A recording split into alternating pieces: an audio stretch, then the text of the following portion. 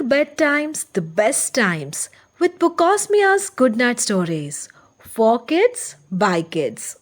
Varnika from Delhi writes a sweet story about why doesn't God get chocolate? Have you ever wondered why God doesn't eat chocolate?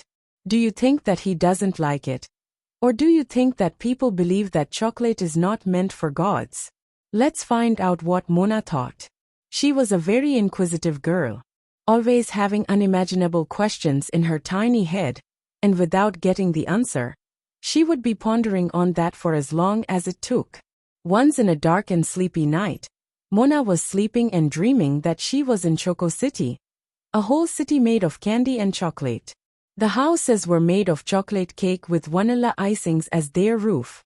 The river made of chocolate milk in which fish made of chocolate cereals swam and floated. The tall, colorful lollipop trees and the clouds which were actually cotton candy, of a dreamy pink shade. And Mona was eating it all up, filling her heart's content. Ah, what a dream! She was floating in her dreams when suddenly, Mona! Time for school. Come on, don't be lazy. You have 45 minutes sharp to get ready. It was Mona's mom. Mona groaned and very slowly brushed her teeth, took a bath and went to say her morning prayers. She was so engrossed in continuing her dream. The small temple in front of her, where she was standing, started looking like a cake. When she was about to finish, she had another pondering question, as usual. She was so engrossed in continuing her dream. The small temple in front of her, where she was standing, started looking like a cake. When she was about to finish, she had another pondering question, as usual. Why doesn't God get chocolate? When she did something like scoring A or B grades in every subject, she was given a treat by her parents, which was usually a trip to the bakery.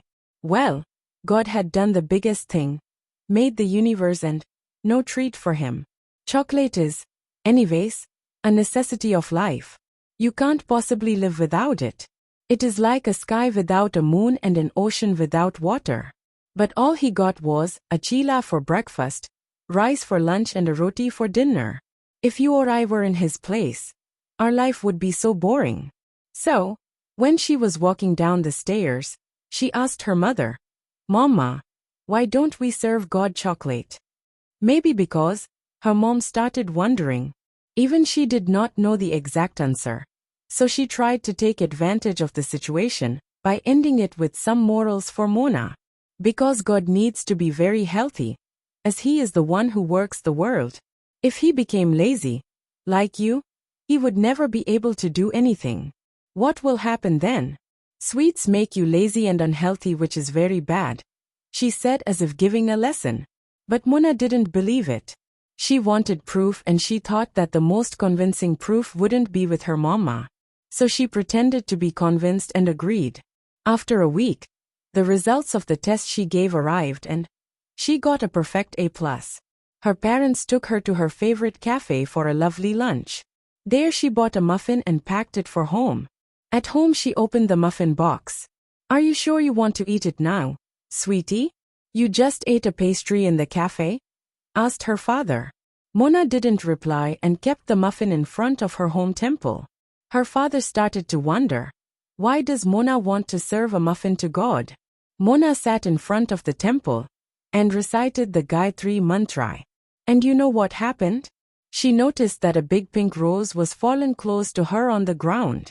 She assumed it was God's blessing to her and was overjoyed and showed it to everybody, which everyone considered a blessing from God to be the topper of class. But Mona, you and I do know the actual reason for God's blessing to Mona, don't you? Thank you,